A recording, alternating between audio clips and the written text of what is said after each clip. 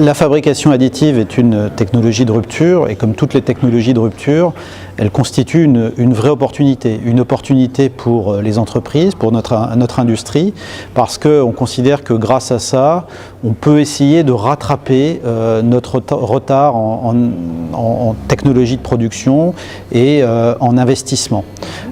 Opportunité pour faire monter en gamme notre entreprise, pour faire en sorte qu'on crée de la valeur et qu'on mette en place des outils de performance industrielle, de performance opérationnelle et d'amélioration du produit.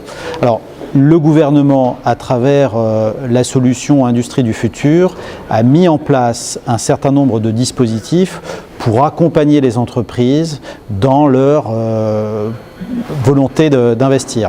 Alors bien sûr, n'est pas concernée uniquement que la fabrication additive, mais globalement toute la modernisation de l'industrie française avec l'objectif de faire des usines plus performantes, des usines plus sûres, des usines plus propres et plus respectueuses finalement de l'homme et de son environnement.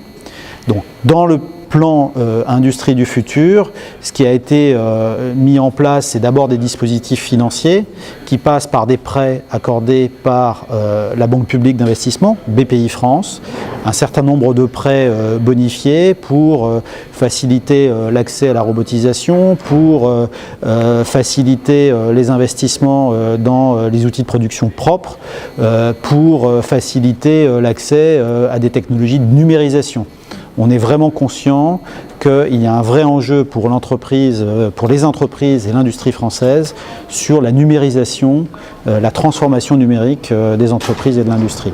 Donc dispositifs d'aide sous forme de prêts bonifiés et des dispositifs d'aide sous forme de dispositifs fiscaux. Et donc là, on touche au suramortissement qui a été mis en place par le gouvernement depuis avril dernier, ou le dispositif d'amortissement accéléré pour l'acquisition de robots.